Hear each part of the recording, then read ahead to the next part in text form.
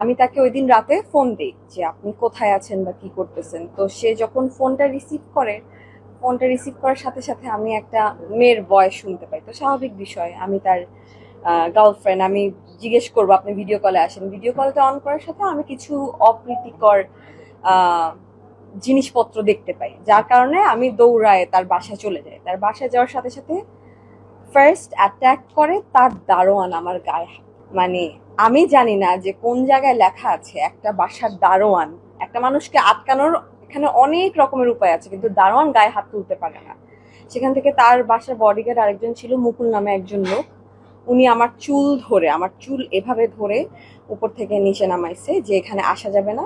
দেন আমি 1 ঘন্টা 30 minute wait করার পর সে ওই মুহূর্তে যেই মেয়েটার সাথে ছিল তাকে নিচে নামিয়ে আমাকে বলছে যে আসো, তুমি উপরে আসো। আমি উপরে আসার পর সে আমার সাথে অকথ্য ভাষায় কিছু গালিগালাজ করে বললো কি, নাও get the fuck out of my house, এখনই চলে যাও, আমার সাথে কোনো মেয়ে নাই। আমি চলে যাওয়ার পর আমি আবার মানে একজনের আওয়াজ পাইলাম। তারপর যখন আমি ঢুকছি আমি বুঝে গেছি যে ড্রয়িং